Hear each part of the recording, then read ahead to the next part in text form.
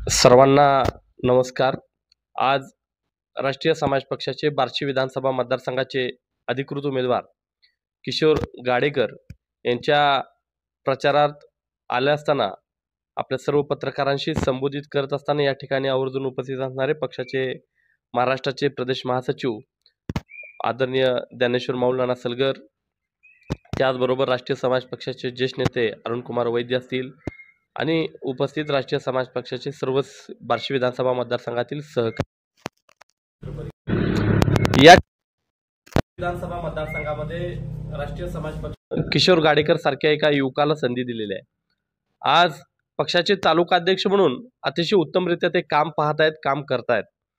पण बार्शी विधानसभा मतदारसंघाचा एकंदरीत विचार केला तर बार्शी विधानसभा मतदारसंघातील दडपशाही, दादागिरी मोडीत काढण्यासाठी एक सर्वसामान्य युवकाची उमेदवारी राष्ट्रीय समाज पक्षाने दिलेली आहे। या मतदारसंघाचा एकंदरीत जर विचार केला तर हा मतदारसंघ विकासापासून वंचित राहिलेला मतदारसंघ आहे।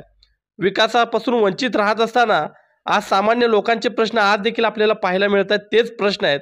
गरीब राहिलेला आहे, श्रीमंत होत चाललाय, ही दरी वाढत चाललेली आहे, पण सामान्य माणसाच्या आयुष्यामध्ये कोणताही बदल घडताना आपल्याला पाहायला मिळत नाही आहे। या ठिकाणी बघितलं, या मतदारसंघाचं प्रतिनिधित्व महायुतीच्या आमदारांनी केलं, आता सुद्धा ते विधानसभा लढतायत। परंतु आम्हाला जे आश्वासन दिलं होतं, महागाई कमी होईल, बेरोजगारी कमी होईल, तरुणांच्या हाताला रोजगार मिळेल, अच्छे दिन येतील, मला वाटतं ह्या प्रश्नाचा जर बार्शी विधानसभेतल्या तरुणांनी, युवकांनी, ज्येष्ठांनी विचार एकंदरीत केला तर कोणत्याही प्रकारे या प्रश्नांना कुठे वाचा फोडलेली नाही आहे। आजही तरुण बेरोजगार आहे, तरुणांच्या हाताला रोजगार नाही आहे। आज तरुणांना हाताला रोजगार नाही, परंतु महागाई प्रचंड मोठ्या प्रमाणात वाढते। आज सरकार काय करतंय? आजपर्यंत सरकार लाडली बहीण आता त्यांना दिसू लागली, यापूर्वी त्यांना दिसत नव्हती। वयश्री योजना काढायची, ज्येष्ठांना, तरुणांना काही थोडंसं आमिष दाखवायचं, हे सगळे निवडणुकीसाठी काढलेले फंडे आहेत। निवडणुकीमध्ये लिगली पैसे वाटण्यासाठी काढलेले ह्यांनी योजना आहेत। ह्या जर खरंच महिलांना ह्यांची बहीण लाडली असती तर त्या लाडली बहिणीवरती अत्याचार, अन्याय होणार नाहीत, यासाठी सरकारनं जबाबदारी स्वीकारली पाहिजे होती।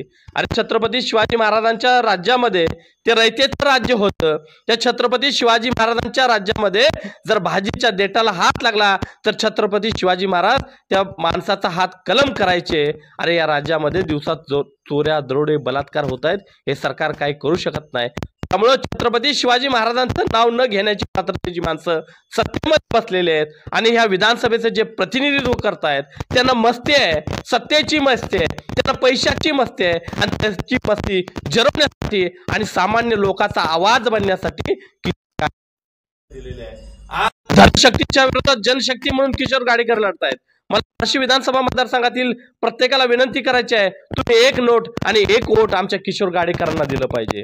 निश्चित परिवर्तन घडणार आहे। परिवर्तन हा निसर्गाचा नियम आहे, परिवर्तन होत असतं, परिवर्तन घडत असतं, परंतु सुरुवात आपल्यापासून पाहिजे। परिवर्तनाचे साक्षीदार तुम्ही आम्हाला बनावं। आज काय मतदारसंघाची एकंदरीत परिस्थिती बघितली, आज किशोर गाडेकरांच्या समोरचं आम्ही आव्हान मानत नाही, कारण त्या लोकांनी जे उमेदवार आहेत, म्हणजे एक शिवसेना खुर्द म्हणजे मूळच्या शिवसेनेचे उमेदवार आहे आणि एक नव्यानं शिवसेना बुद्रुक स्थापन केल्या, नवीन गाव झाले बुद्रुक, दोन्ही शिवसेनेच्या उमेदवारांना पराभूत करण्यासाठी जनतेचा आवाज बनून किशोर गाडेकर काम करतील। ह्या मतदारसंघातील सामान्य माणसाला डोळ्यासमोर ठेवून, उपेक्षित, वंचित, शोषित, कष्टकरी, कामगार, शेतकरी या सगळ्याला वर्गाला डोळ्यासमोर ठेवून त्या माणसांच्या चेहऱ्यावरती आनंद फुलला पाहिजे, यासाठी किशोर गाडेकर भविष्याच्या काळामध्ये काम करतील। सामान्य माणूस मतदारसंघातला आनंदी राहिला पाहिजे, यासाठी किशोर गाडेकर काम करतील। आणि 23 तारखेचा गुलाल हा सामान्य माणसाच्या अंगावरती या मतदारसंघामध्ये पडला पाहिजे आणि किशोर गाडेकर यांचं चिन्ह आहे शिटी, आणि शिटीच्या समोरील बटन दाबून बार्शी विधानसभा मतदारसंघातील स्वाभिमानी बार्शीकरांनी त्यांना विजयी करावं, एवढं आवाहन करून या ठिकाणी थांबतो। धन्यवाद।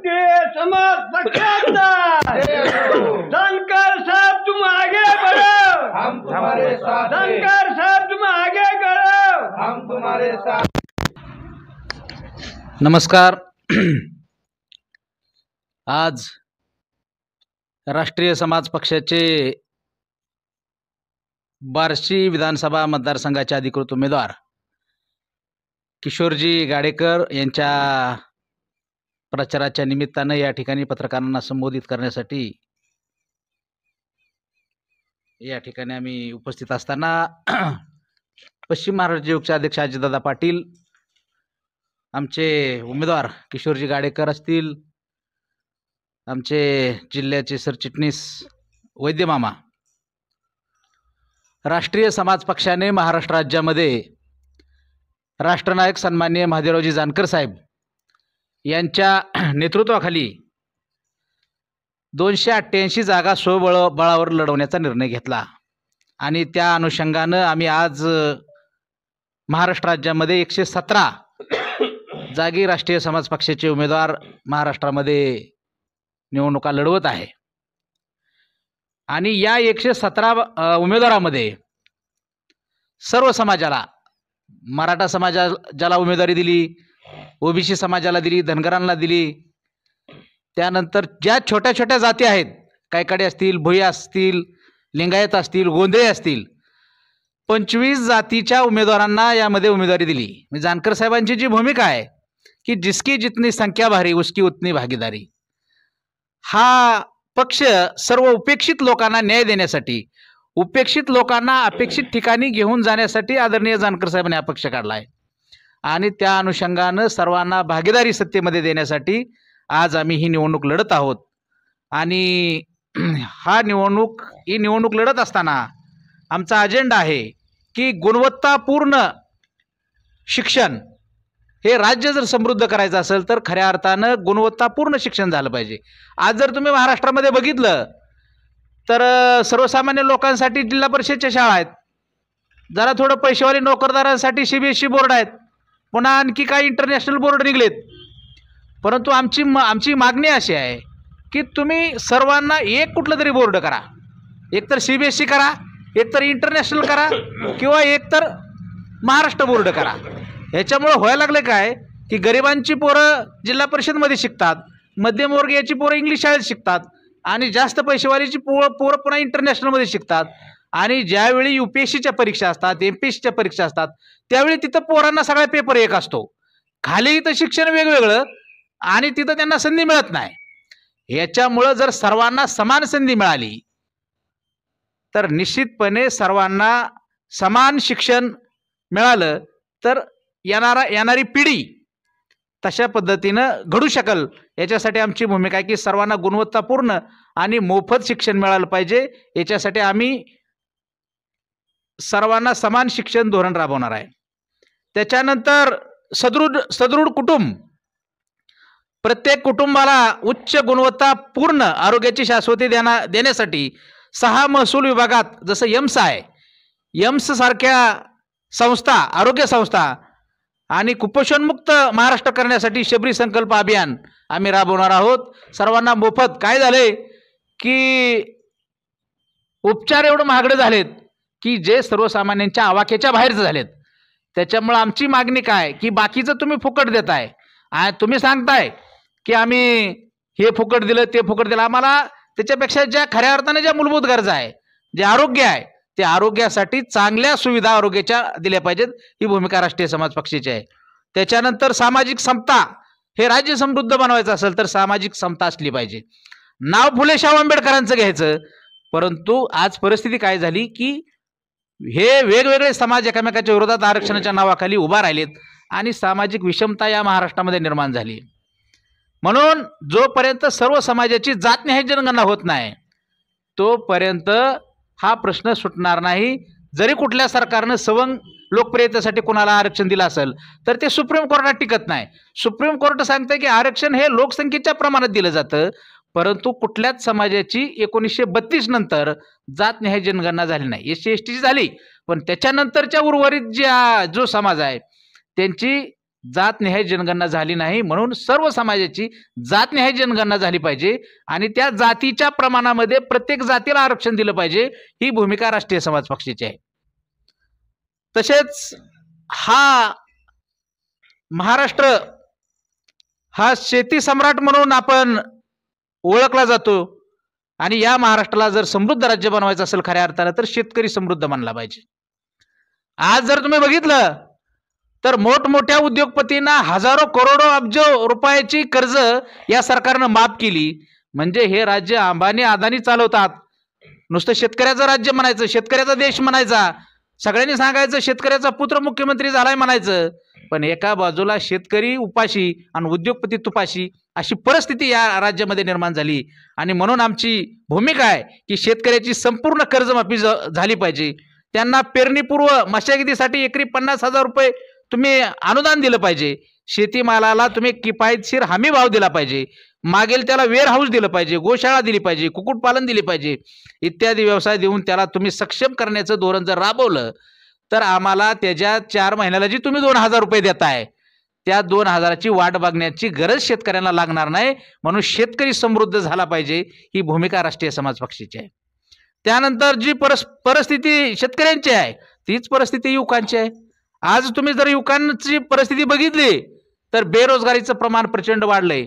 म्हणजे शिक्षणाचा पाया चुकीच्या पद्धतीने तुम्ही रचल्यामुळं पुढे जाऊन युवकांना रोजगार मिळत नाही.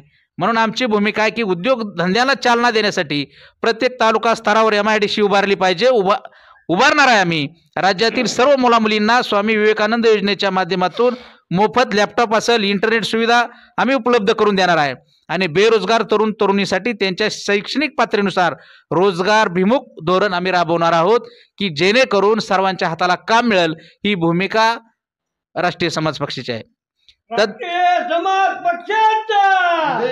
तसेच आज तुम्ही बघितलं असेल की लाडक्या बहिणीच्या नावावरती निवडणुका लढवल्या जात आहेत.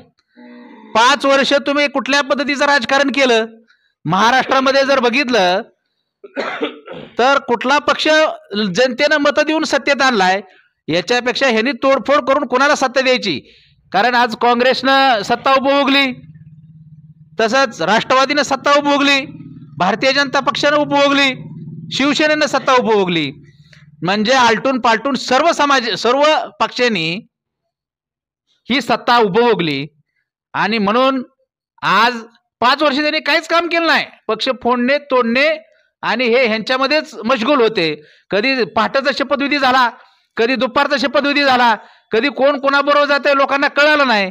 आणि आज कुठेतरी महिलांना लाडक्या बहिणीच्या नावाखाली 1,500 रुपये महिन्याला देण्याचं काम यांनी केलंय. आणि त्या 1,500वरच महायुतीचं सरकार आज मतं मागताना दिसतंय. पण आमची भूमिका आहे महिलांना त्यांच्या लोकसंख्येच्या नुसार प्रमाणामध्ये प्रत्येक क्षेत्रामध्ये त्या महिलांना वाटा मिळाला पाहिजे. आणि जर तुम्ही त्यांना प्रत्येक क्षेत्रामध्ये त्यांच्या लोकसंख्येच्या प्रमाणात जर भागीदारी दिली, ते राजकारण असेल, उद्योग व्यवसाय असेल किंवा आणखी कुठल्याही सर्व क्षेत्रामध्ये, तर निश्चितपणे महिलांना सुद्धा तुमच्या 1,500ची भावबीज किंवा तुमचं कुठंतरी काहीतरी लाडक्या बहिणीचं जे काय तुम्ही देताय आणि आता सांगताय तुम्ही आम्हाला तुम्ही जर मतदान केलं तर आम्ही 2100 करू, कोण म्हणते 3,000 करू, अशा पद्धतीचं चुकीचं आमिष दाखवून आमच्या अजितदादांनी जसं सांगितलं की लिगली पैसे वाटण्याचा धंदा या सरकारनं केलाय. आज तुम्ही बघितलं 400 रुपयाचं सिलेंडर 1,200 रुपयावर गेलंय. म्हणजे एका बाजूने एका हाताने काढून एका हाताने द्यायचं आणि 2 हाताने काढून घ्यायचं. शेतकऱ्याचा तुम्ही विषय बघितला तर एका बाजूला तुम्ही 12,000 रुपये देताय आणि दुसऱ्या बाजूला आमचं 1840 असेल, 1919 असेल, ही जी खतं आहेत जी 500 रुपयाला पिशवी होती ती 1,500 रुपयाला झाली. त्याच्यावरची GST आहे. एका बाजूला म्हणायचे शेतकऱ्याकडनं आम्ही टॅक्स घेत नाही, परंतु शेतकऱ्याच्या सगळ्या औषधापासनं, सगळ्या मिश्र खतापासनं, बियाणापासनं कुठलीही बाब शेतकऱ्याला टॅक्स भरल्याशिवाय, GST भरल्याशिवाय मिळत नाही. आणि एका बाजूला शेतकऱ्याकडनं लाखो रुपये काढून घ्यायचे आणि दुसऱ्या बाजूला त्यांनी म्हणायचं काय की पंतप्रधान सन्मान योजना, अमकी सन्मान योजना. म्हणजे अशा पद्धतीनं एक कुठंतरी दिशाभूल करण्याचं काम हे सरकार करतंय. आणि आम्हाला ह्या सर्व गोष्टीला फाटा देऊन निश्चितपणे कुणालाही तुमच्याकडे या राज्यकर्त्याकडे भीक मागण्याची वेळ येणार नाही, अशा पद्धतीचं राज्य हे आम्हाला निर्माण करायचं आहे. तसेच सर्वजण सुखाय याच्यासाठी बेरोजगारांना शाश्वत नोकरी मिळेपर्यंत त्यांना प्रतिमा 12,000 रुपये बेरोजगार भत्ता आणि वयोवृद्धांना स्वाभिमानानं जगण्यासाठी त्यांना महिन्याला 6,000 रुपये सन्मानश्री योजना राबवणार, ही भूमिका राष्ट्रीय समाज पक्षाची आहे. आणि अशा पद्धतीनं आज आमचा राष्ट्रीय समाज पक्षाचा संकल्पनामा आहे. आणि निश्चितपणे 117 जागेवरती आम्ही निवडणुका लढत आहोत आणि आज महाराष्ट्राची परिस्थिती बघता आणि ह्यांचं जे शिवसेनाचं जे 2-2 पक्ष झालेत, राष्ट्रवादीचे 2-2 पक्ष झालेत, आज जर तुम्ही बघितलं तर कोणाचा कोणाला मेळ नाही. अशा परिस्थितीत निश्चितपणे राष्ट्रीय समाज पक्ष 30 ते 35 आमदार आम्ही निवडून आणणार आहे आणि आम्हाला खात्री आहे की राष्ट्रीय समाज पक्षाला विचारल्याशिवाय या महाराष्ट्राचा मुख्यमंत्री बनणार नाही. ही भूमिका राष्ट्रीय समाज पक्षाची आहे आणि त्यावेळी आम्ही सांगू की ठीक आहे की बाबा आम्ही कोणाबरोबर जायचंय, आमचा हा अजेंडा ज्याला मान्य असेल त्याच्याबरोबर आम्ही निश्चितपणे सरकार बनवण्यासाठी प्रयत्न करू. पण त्यावेळी आमचा कार्यकर्ता त्या पदावरती असेल म्हणजे आम्हाला काय कोणाला मागायची गरज लागणार नाही. त्या निर्णय प्रक्रियेत राष्ट्रीय समाज पक्ष असेल आणि म्हणून माझी आपणाला विनंती आहे आपल्या माध्यमातून सर्व जनतेला की या बार्शी तालुक्याची जर तुम्ही परिस्थिती बघितली, दादागिरी, दहशत, गुंडगिरी आणि त्याच घरात तीच ती माणसं पुन्हा एकदा तेच ते चेहरे येत आहेत. एखादा नवीन चेहरा येतोय का बार्शीमध्ये? मी बघतोय झाडबुकेट ताई बसलं, त्यांचं टर्म संपल्यापासून दिलीप सोपलाने एक 4-5 टर्म आणल्या, त्याच्यानंतर राजाभावाने ती दोघं आलटून पालटून सत्ता बघतील. नवीन कुणाला संधी नाही. नगरपालिका त्यांच्या ताब्यात, झेडपी त्यांच्या ताब्यात, पंचायत समिती त्यांच्या ताब्यात. मागं सोपल साहेबाचं भाषण मी ऐकलं होतं की सगळी कामं एकदम करायची नसते. ती काय करायचं, एका इलेक्शनला नुसता नारळ फोडायचा आणि पुन्हा त्याच्यावर 5 वर्ष हाणायची अशीच आणि पुन्हा पुढलं 5 वर्षाच्या निवडणुका आल्या की मग कुठंतरी पाण्याच्या नावाखाली कुठंतरी उद्घाटन करायचं, नेता बोलवायचा, तिथं काय थोडीशी चारी खांदायची आणि पुन्हा 5 वर्षानंतरच पुन्हा त्याच्यावरती यायचं, पुन्हा कुठंतरी पायपा टाकायच्या. आज बार्शीचं तुम्ही बघितलं तर उजनी धरण इथं उशाल आहे. असं असून सुद्धा या बार्शी तालुक्याला पाण्याच्या नावावरती राजकारण होतं, पाण्याच्या नावावरती निवडणुका लढवल्या जातात. परंतु दिलीप सोपल असेल किंवा राजाभाऊ राऊत असेल, या दोघांनी कुठल्याही पद्धतीनं जनतेचा विकास करण्यासाठी, शेतकऱ्याचा विकास करण्यासाठी, बेरोजगार युवकांचा विकास करण्यासाठी, विद्यार्थ्याचा विकास करण्यासाठी, महिलांचा विकास करण्यासाठी कुठलंही काम केलेलं नाही. पैशातून सत्ता आणि सत्तेतून पैसा मिळवणे हे ह्या दोन्ही पुढाऱ्यांचं काम आहे आणि म्हणून माझी मतदारांना आपल्या माध्यमातून विनंती आहे की असं एक स्वच्छ चारित्र्याचं, आपल्या लोकांना काय काळजी असती की आयला ही काय येते का, ह्याचं मत वाया. 70 वर्ष झालं तुमची मतं वायाच गेली ना. जर तुमचं मूलभूत प्रश्न सुटलं नसतील 70 वर्षामध्ये, जर तुम्हाला पाणी मिळालं नसेल, शेतीला लाईट मिळाली नसेल, तुम्हाला शिक्षण मिळालं नसेल, आरोग्य मिळालं नसेल, तर या महाराष्ट्रातल्या 400-500 घराण्यांनी आलटून पालटून सत्ता उभगली. म्हणून माझी आपणाला विनंती आहे की जर तुम्हाला हे बदलायचं असेल तर कुठंतरी तुम्हाला 1000-2000चं आमिष दाखवतील. हे पैसे त्यांनी चोऱ्या करूनच आणलेले आहेत, ते काय कुठं रोजगार हमीवर जाऊन नाही आणले. हे तुमचेच पैसे आहेत, तुम्हाला देतात. सत्तेतनं पैसा कमवायचा आणि पुन्हा त्याच पैशांना सत्ता कमवायची. हे जर षडयंत्र कुठंतरी बदलायचं असेल तर किशोर गाडेकर सारख्या स्वच्छ चारित्र्याच्या अशा या एखाद्या युवकाला संधी द्या. त्याच्या हातात तुम्ही